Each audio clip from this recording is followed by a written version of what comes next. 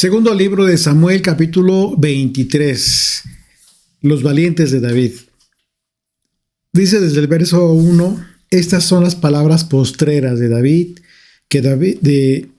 estas son las palabras de David. Dijo David, hijo de Isaí, dijo aquel varón que fue levantado en alto, el ungido del Dios de Jacob, el dulce cantor de Israel. Esta introducción de este capítulo habla de palabras escritas por David y hace referencia, por supuesto, a los salmos, las palabras poéticas que David escribió acerca de su relación con Dios, lo que Dios hizo por él y por su pueblo, de cómo es que el Señor siempre salió por él. Y en este capítulo vamos a analizar, por un lado, lo que esta expresión, todas estas expresiones que vienen siendo una especie de continuación del capítulo anterior, como un salmo, y llega un punto en el que David comienza a hablar acerca de sus valientes, aquellos varones que él reconoce y hace un reconocimiento público y queda por escrito acerca de lo que para él representó el apoyo de estos valientes. Y vemos aquí que David es descrito como el exaltado de Dios, el que ha sido levantado en alto, y también es descrito como el ungido, el ungido del Dios de Jacob. Fue separado por Dios para cumplir con una misión especial, con un propósito, el propósito de ser rey de Israel. Y por último, David es descrito como el cantor, el salmista de Israel. Tres características especiales en la vida de David. Fue exaltado por Dios, escogido de Dios y cantor de los salmos al Señor. Dice el verso 2. El Espíritu del Señor ha hablado por mí y su palabra ha estado en mi lengua. El Dios de Israel ha dicho, me habló la roca de Israel. Habrá un justo que gobierne entre los hombres, que gobierne en el temor de Dios. Será como la luz de la mañana, como el resplandor del sol en una montaña sin nubes. En una mañana sin nubes, como la lluvia que hace brotar la hierba de la tierra. Las últimas palabras de David contienen un mensaje de Dios. Si nosotros leemos bien, y fíjense bien cómo dice desde el principio el verso 2, el Espíritu del Señor ha hablado por mí. Entonces este mensaje es un mensaje de Dios acerca de la clase de gobierno con el que Dios se complace. Un gobierno basado en la justicia y en el temor de Dios. Y como lo hemos analizado, el gobierno del pueblo de Israel es el tema central en los dos libros de Samuel. Y en aquel momento, pues esto representó una necesidad muy importante para Israel. El mensaje es que el pueblo necesitaba un gobierno de justicia y de temor de Dios, basado precisamente en la justicia, en el derecho, que son el fundamento del trono de Dios.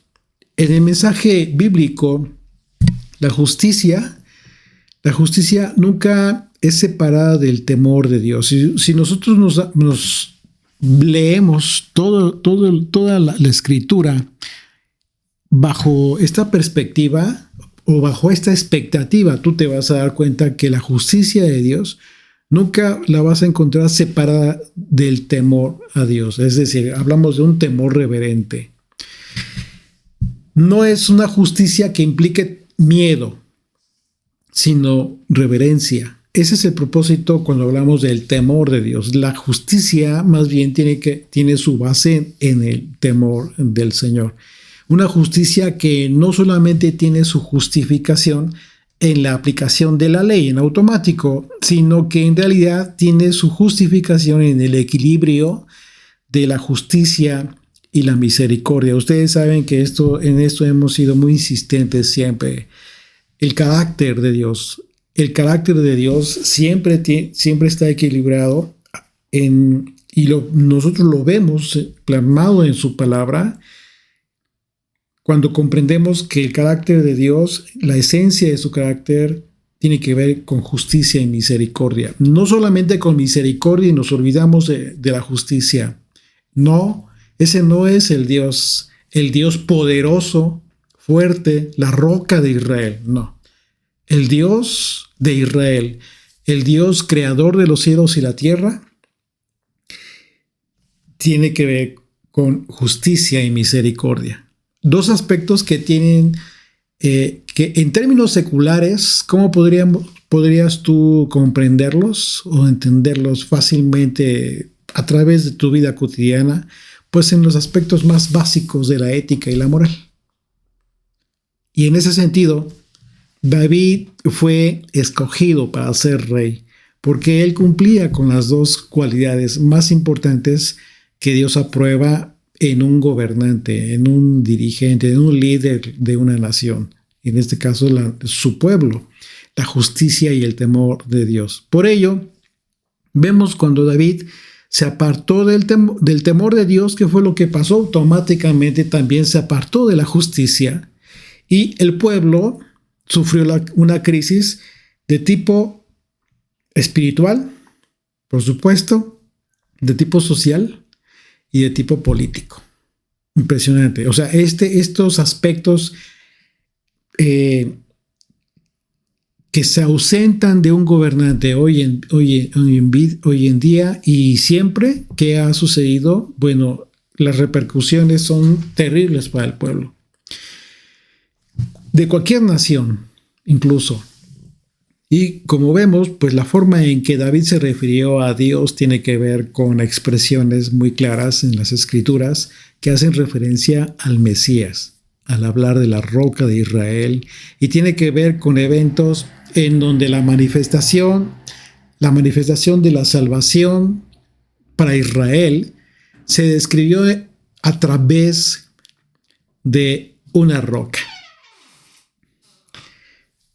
Muy, muy importante. ¿Se acuerdan lo que leemos, lo que estudiamos en Éxodo capítulo 17? Ahí en el verso 5 en adelante dice, y el Señor dijo a Moisés, dice, pasa delante del pueblo y toma contigo a los ancianos de Israel y toma también en tu mano tu vara con que golpeaste el río y ve. He aquí que yo estaré delante de ti allí sobre la peña en Horeb. Y golpearás la peña y saldrán de ella aguas y beberá el pueblo. Y Moisés hizo así en presencia de los ancianos de Israel. Entonces, y hay otros pasajes en donde vemos, incluso en el Nuevo Testamento, cómo es que a Yeshua se le identifica como la roca. En muchos contextos.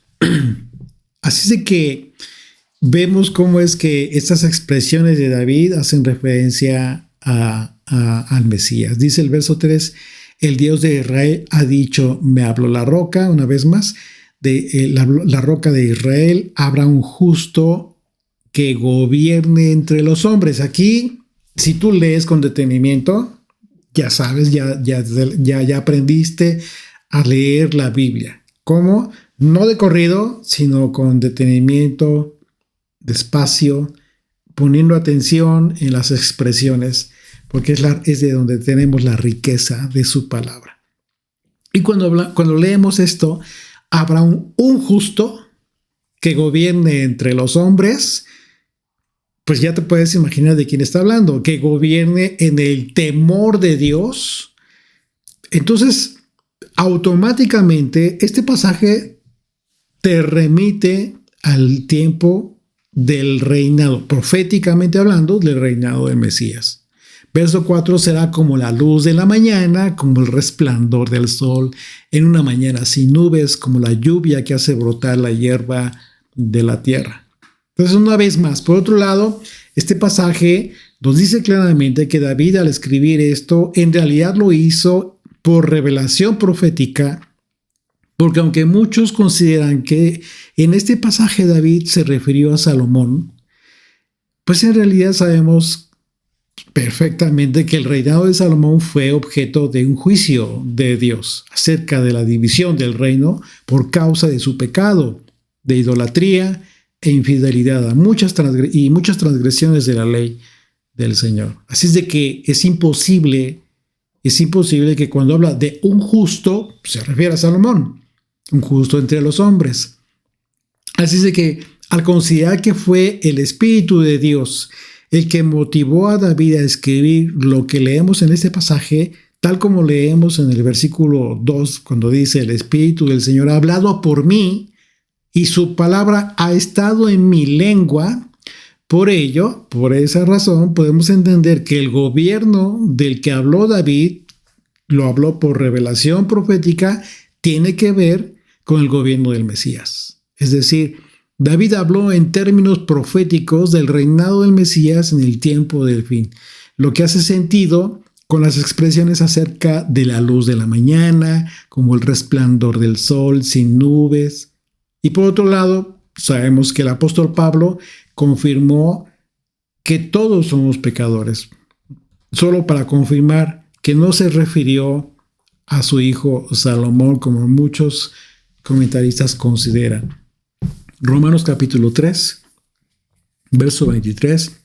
Por cuanto todos pecaron y están destituidos de la gloria de Dios, siendo justificados gratuitamente por su gracia mediante la redención que es en el Mesías Yeshua, a quien Dios puso como propiciación, por medio de la fe en su sangre, para manifestar su justicia a causa de haber pasado por alto en su paciencia los pecados pasados.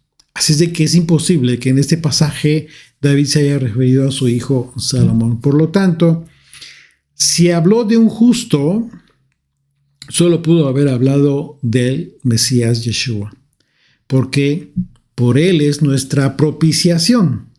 Esa es la razón por la que al escribir habrá un justo que gobierne entre los hombres, es claro que se refirió al Mesías, al único justo.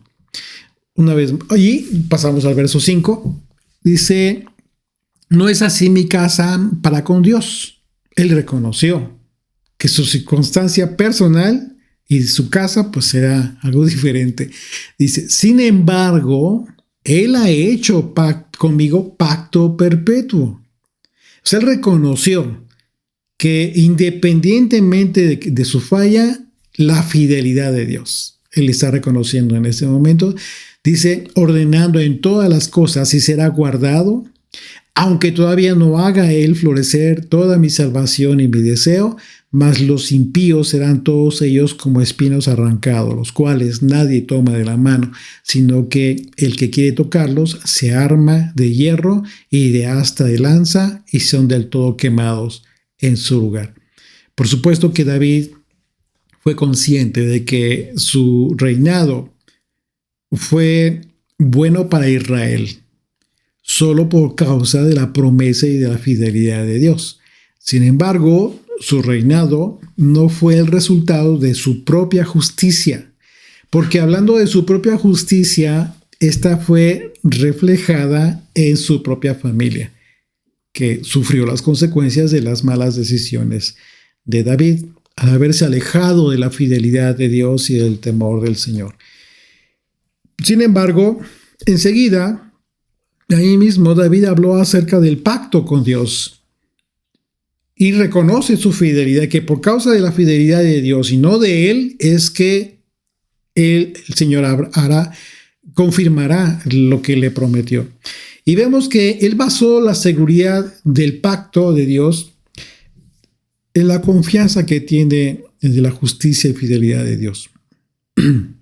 Porque Dios prometió a David un pacto eterno y seguro.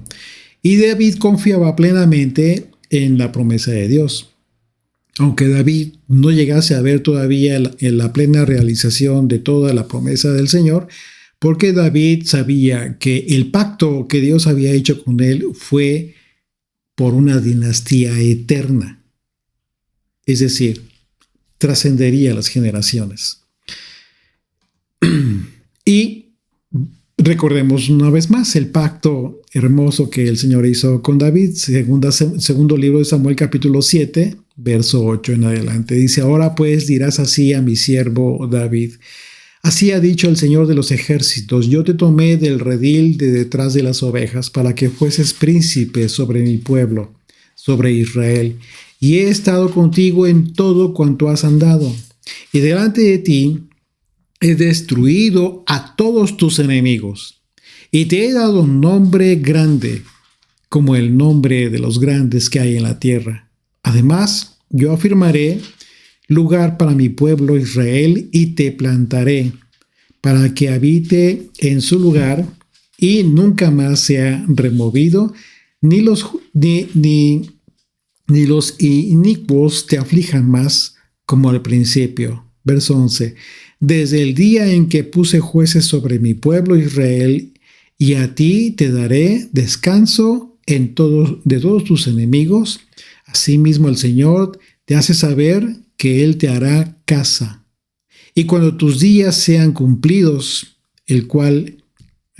cumplidos y duermas con tus padres, yo levantaré después de ti a uno de tu linaje, el cual procederá de tus entrañas, y afirmaré su reino. Él edificará casa a mi nombre, y yo afirmaré para siempre el trono de su reino. Entonces aquí es donde se confunden, porque cuando habla de la casa, pues que es una referencia al templo de Jerusalén, entonces inmediatamente se quedan con la idea de Salomón, porque fue quien construyó el templo del Señor, la casa.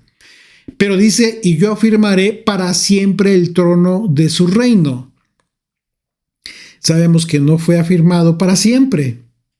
¿Cuál reino será afirmado? El trono del reino de Yeshua, del Mesías. Entonces, esa es una promesa hermosa, por supuesto, que trasciende las generaciones y es, por supuesto, tiene que ver con Yeshua, con el Mesías. Entonces vemos la redacción de este pasaje que describe el pacto de Dios con David. Refiere precisamente que había sido Dios quien destruyó a todos sus enemigos a fin de darle un nombre grande en la tierra. Dice el verso 8, dice: estos son los nombres de los valientes que tuvo David: Joseph ben Abed, el Tacmonita, principal de los capitanes. Este era Adino, el esnita, que mató a 800 hombres en una ocasión. Después de este, Eleazar, hijo de Dodo, Ahojita, uno de los 3 valientes que estaban con David cuando desafiaron a los filisteos, que se habían reunido allí para la batalla y se habían alejado los hombres de Israel. Verso 10. Este se levantó e hirió a los filisteos hasta que su mano se cansó y quedó pegada su mano a la espada. Aquel día el Señor dio una gran victoria y se volvió el pueblo en pos de él tan solo para recoger el botín. Después de este fue Sama, hijo de Age Aratita. Los filisteos habían reunido en Lehi, donde había un pequeño terreno lleno de lentejas, y el pueblo había huido delante de los filisteos. Él entonces se paró en medio de aquel terreno y lo defendió y mató a los filisteos, y el Señor dio una gran victoria. Bueno, aquí se menciona a 3 valientes que se mencionan, y son estos, dice Joseph ben Ezebet, Eleazar y Sama. Aquí la palabra valiente, ustedes ya la conocen, tiene que ver con la palabra hebrea gibor y se traduce como poderoso, se traduce como guerrero, como alguien de gran vigor, varón de guerra. Y los llamados 3 y los 30 formaban un grupo selecto de élite que fue formado por David, posiblemente desde que David habitaba en Siglag. Los 3 valientes estos que se mencionan aquí en este pasaje no se mencionan en el resto del libro, de los libros de Samuel, pero se distinguen aquí por haber realizado grandes hazañas, principalmente contra los filisteos.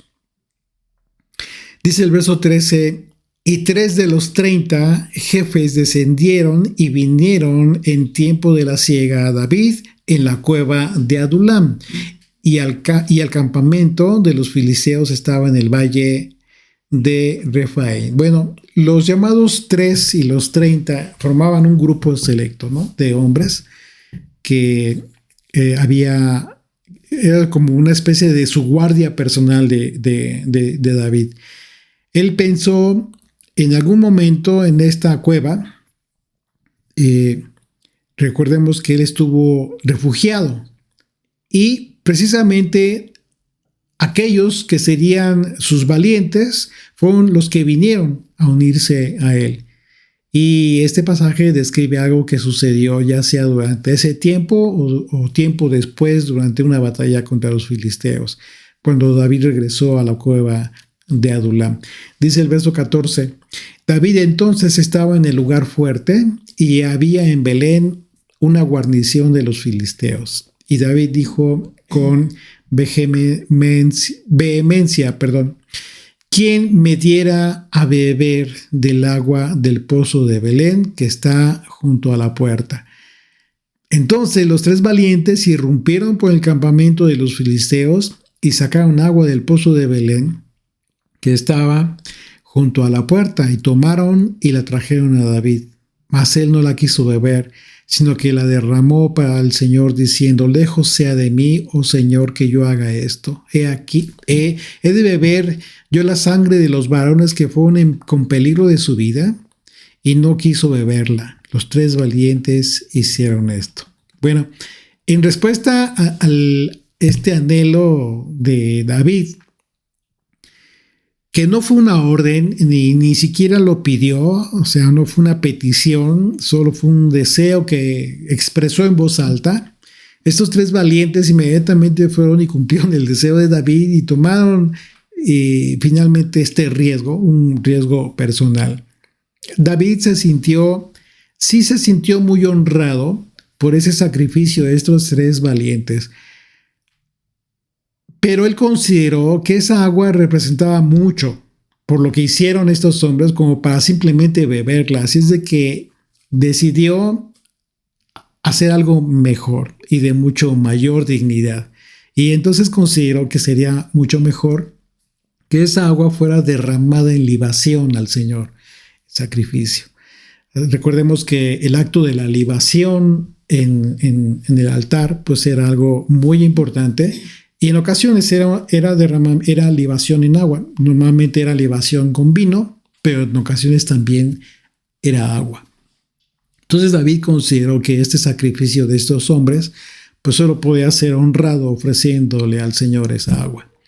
Dice el verso 18, y Abisai, hermano de Joab, hijo de Sarbia, aquí me ayudas a leer por favor hasta el final.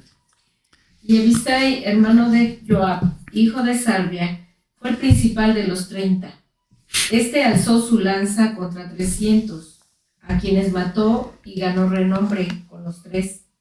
Él era el más renombrado de los 30, y llegó a ser su jefe, mas no igualó a los 3 primeros. Después Benaía, hijo de Joiada, hijo de un varón esforzado, grande en proezas, de Capsel. Este mató a 2 leones de Moab, y él mismo descendió y mató a un león en medio de un foso cuando estaba nevando. También mató él a un egipcio, hombre de gran estatura, y tenía el egipcio una lanza en su mano, pero descendió contra él con un palo y arrebató al egipcio la lanza de la mano y lo mató con su propia lanza. Esto hizo Benaía, hijo de Joiada, y ganó renombre con los 3 valientes. Fue renombrado entre los 30, pero no igualó a los 3 primeros, y lo puso David como jefe de su guardia personal. Asael, hermano de Joab, fue el de los 30. El Hanán, hijo de Dodo, de Belén. Sama, Arodita, Erika, Arodita, Eles, Paltita, Ira, hijo de Iques, Tecoita, Abieser, Anatotita, Mebunai, Usatita, Salmón, Aotita, Maharai, Netofatita, Eleb, hijo de Baana, Netofatita, Itai, hijo de Ribai, de Gaba, de los hijos de Benjamín, Benaía, Piratonita, Idai, del arroyo de Gaz, Abi, Albón, Arbatita, Asbemabet, Barmubita, Eliaba, Salbomita, Jonatán, de los hijos de Jasén, Sama, Ararita, Ayam, hijo de Sarar, Ararita, Elifelet, hijo de Asdai, hijo de Maca, Eliam, hijo de Aitofel, Gilonita, Esrai, Carmelita, Parai, Arbita, Igal, hijo de Natán, de Soba, Banigadita, Selec, Amonita, Naharai, Berotita, escudero de Joab, hijo de Sarbia, Ira y Trita, Gareb y Trita, Urías, Eteo, 37 por todos. Bueno, si están buscando un nombre para algún hijo que vaya a nacer, un nieto que vaya a nacer, pues yo les sugiero que se den una vuelta por el capítulo 23 del segundo libro de Samuel. Hay mucho por dónde escoger. Bueno, todos estos valientes cumplieron con un propósito muy importante en el plan de Dios, en realidad, respecto de la vida de David y respecto de la vida del pueblo de Israel. Para cumplir ese propósito, todos estos hombres que se describen como los valientes de David tuvieron que abrirse camino entre muchos obstáculos. Y cuando leemos las hazañas de estos hombres, que en ocasiones fueron por demás sobrenaturales, en valentía y en fuerza en batalla, recordemos uno de los principios más hermosos que hemos aprendido en los pasajes en donde Israel enfrentó a sus enemigos en batalla. En todas esas ocasiones, Dios peleaba por su pueblo, a fin de que Israel prosiguiera a su meta. Bajo esa perspectiva, podemos ver que toda la vida de David, a partir de que fue ungido por el profeta Samuel, Dios la enfocó en lo que en el momento clímax de su vida se verificó como el acontecimiento más maravilloso del mundo que el mundo ha tenido, y porque en el mundo ha tenido repercusiones hasta nuestras vidas, hasta estos días, en la vida de todo creyente, porque ese evento fue la promesa de una dinastía eterna. Por ello, el Mesías Yeshua, en quien se cumple aquella promesa que recibió David, también tuvo otros valientes. Así como se describe que David tuvo estos 3 valientes sobresalientes, Yeshua tuvo 12 valientes, a quien les dio un mandamiento que implicaría luchar y vencer en la adversidad a fin de cumplir con su propósito. Mateo capítulo 28, verso 18 en adelante dice: Yeshua se acercó a ellos y les dijo: a mí se me ha entregado todo poder en los cielos y en la tierra. Vosotros id a ellos y ciudad de ellos para que cumplan todas las cosas que he mandado. Estoy con vosotros hasta siempre. Ese fue el mandamiento que recibieron estos 12 valientes. Aquellos valientes del hijo de David recibieron el mandamiento para ir por todo el mundo y predicar el evangelio a pesar de todas las adversidades que sabían que encontrarían. Ellos fueron grandes guerreros de Jesucristo.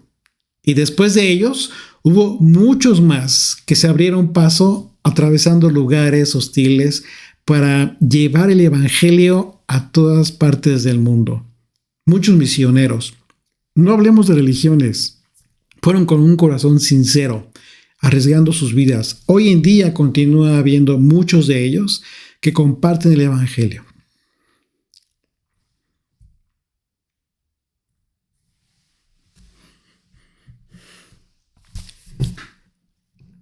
Esos son los valientes de Jesucristo. Y muchos de ellos continuarán pasando por situaciones de extremo peligro, ¿sí? Persecución y muerte. Proclamando la palabra de Dios. Estos fueron los valientes de un descendiente de David, el Mesías Yeshua. Hoy en día, el hijo de David, Yeshua, continúa teniendo muchos valientes que se encuentran peleando contra todo enemigo y circunstancia que trata de impedir que el propósito divino, que tratan de impedir que el propósito divino no sea obstruido, sino que cumpla, que llegue a buen término. Hay muchos hoy en día, muchos valientes que se encuentran peleando la buena batalla. Para que se cumpla el propósito divino en muchos que esperan recibir el llamado para unirse a este gran ejército del Dios en todo el mundo. Porque tú y yo somos estos valientes, parte de estos valientes del Hijo de David, que hemos jurado lealtad al pacto de aquella dinastía eterna a la cual hemos sido llamados a servir hasta el tiempo de la eternidad.